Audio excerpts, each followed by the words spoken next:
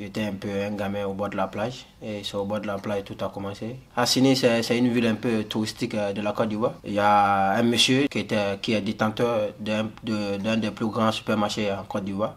Bah, c'était en question, ce monsieur était en question le boss de mon papa. Je me souviens bien un dimanche, je ne me rappelle pas de la date exacte, mais c'était un dimanche en 2009. Ouais, c'est ça, un dimanche 2009. Bah, moi, il appelle mon papa pour lui dire qu'il y a besoin de poissons, de langoustes. Et j'avais jamais accompagné mon papa jusqu'à cette date-là. Et mon papa il a dit, Kofi, tu peux m'accompagner? Il a dit, ok, pourquoi pas. Donc, il me rend sur le site avec mon papa. Et mon papa, il voit le monsieur, il a dit, ah, bah, j'ai un fils.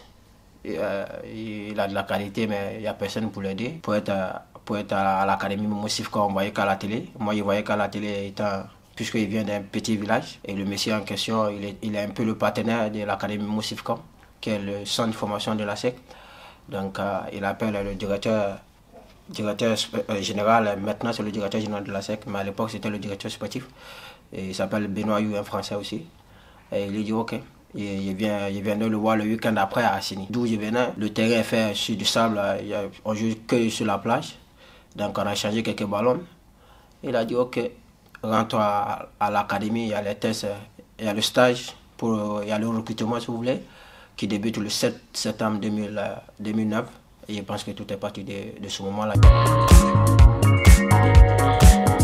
Il y avait un nombre incalculable de joueurs. C'était la première fois où je vois autant de monde, autant de joueurs réunis. Chaque semaine, il y a des joueurs qui partaient, chaque semaine, il y a des joueurs qui revenaient. Ce stage a duré pendant une année. Je ne suis jamais sorti du stage. Il a fait partie des 7 sur des milliers de joueurs qui devaient intégrer l'académie. Il venait d'un petit village, un petit garçon qui jouait que du sable, pieds nus.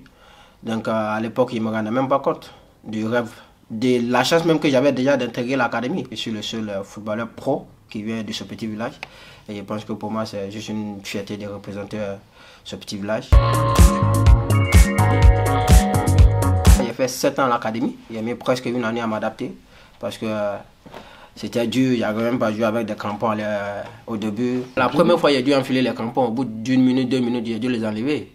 Les autres étaient en crampons. Moi, j'étais pieds nus. Je me sentais super à l'aise. Il n'y avait pas peur. Ils jouaient comme ça, mais après, ça ne pouvait pas perdurer, il fallait s'adapter à ça, à cette nouvelle méthode qui était un peu scolaire et football. C'était pas que le football, il fallait aller à l'école. À l'école, il y avait des bonnes notes, ça allait. Mais sur le terrain, je pense que, comme il dit, il n'était pas concerné de tout ce qui s'est passé. Moi, je voulais juste m'amuser, mais là, c'était pas que de l'amusement, c'était un peu plus. Il y a eu de bons formateurs. Il y a un coach du nord de Steve Villemier qui vient de Bastia. Julien Chevalier qui est l'actuel entraîneur de l'équipe A de la SEC. Le plus dur, ça a été, je dirais même pas la langue, je dirais le plus dur a été la météo. Moi qui venais d'un pays de 35-36 degrés. Quand je suis arrivé déjà, j'ai été admis avec la formation et je pense que cela m'a aidé beaucoup aidé surtout. Il fallait passer par ce chemin pour apprendre comment le football en Europe était. Et justement, il a fait que 3 mois en junior et après, je suis monté en équipe première. Tout est allé vite, il a fini pratiquement titulaire, arrière gauche en plus. En ce moment, le club était en Ligue 2 et le club il descend. Moi, je suis dans la foulée prêté à Moreirense qui était à l'époque une équipe de première division au Portugal. Il était encore jeune et je pense qu'il n'était pas encore prêt à faire ce saut. Donc, il a fait quelques bouts de match, ça ne s'est pas trop bien passé. Dans la foulée, il revient à Vizela. Et Vizela me prête encore dans une équipe de Ligue 2, Famalicão, il fait la montée avec cette équipe. Mais après, il ne me garde pas. Donc, il revient encore à Vizela. Et là, Vizela était en Ligue 3, en national. Ben, il ne voulait pas trop rester. Moi, je voulais d'autres challenges. Mais tant jeune, il n'y avait pas aussi de propositions. Il fallait accepter de rester en 3e division.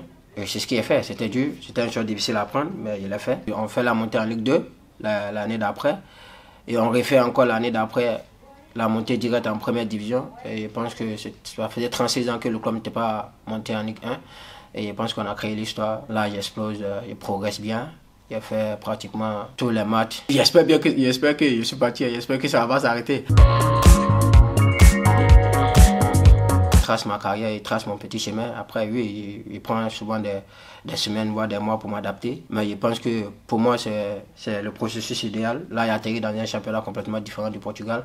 Il a atterri dans un club différent de Vizela, avec des ambitions différentes de Vizela. Je continue à travailler surtout à être humble et à ne rien lâcher parce que, comme il dit, bon, il y a un parcours un peu typique, il y a un parcours un peu différent de beaucoup de footballeurs, il y a un parcours quasiment qui était impossible au début et qui est devenu possible avec beaucoup de travail, avec beaucoup d'acharnement, beaucoup d'ambition surtout. Il faut continuer sur ce chemin. Après, je ne sais pas si je fais partie des meilleurs latéraux de ce championnat. Il y a beaucoup de talents, il y a beaucoup de grands joueurs surtout. C'est un championnat compétitif.